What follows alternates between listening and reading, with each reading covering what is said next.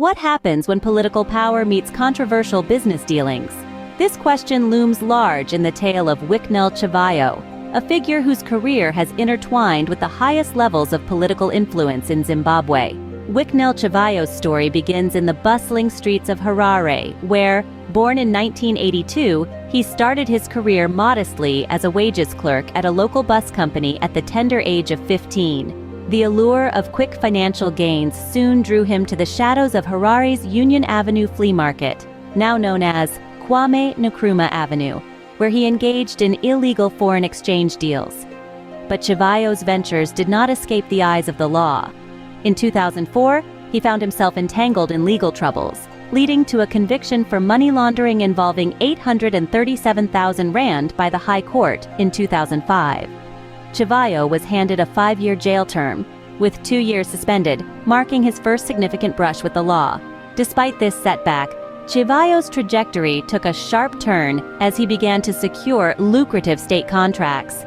His name became synonymous with state-funded projects, ranging from ZISA tenders to construction jobs, and even supplying materials to the Zimbabwe Electoral Commission. These contracts were not just business as usual. They were approved at the very top echelons of political power. The relationship between Chivayo and President Emmerson Mnangagwa has raised eyebrows, especially given Mnangagwa's history of associating with individuals of questionable repute. The pinnacle of this association was vividly displayed when President Mnangagwa, flouting protocol, brought Chivayo along to receive the Kenyan President William Ruto at the Zimbabwe International Trade Fair in Bulawayo. Just a day before this high-profile meeting, Mnangagwa and Chivayo were seen touring the trade fair stands together, a sight that sparked widespread discourse on the implications of such associations. In August 2018, Chivayo's controversial dealings once again caught up with him.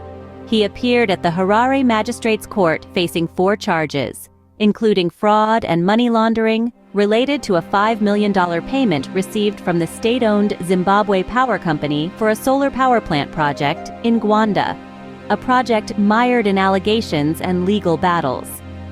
The intertwining of Chivayo's business endeavors with political backing not only underscores the complexities of business and politics in Zimbabwe, but also casts a long shadow on the political credibility of those in power.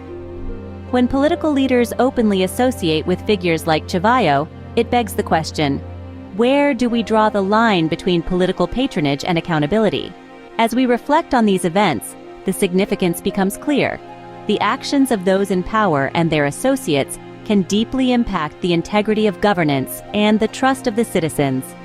The tale of Wicknell Chivayo and President Mnangagwa serves as a stark reminder of the delicate balance between political influence and ethical governance.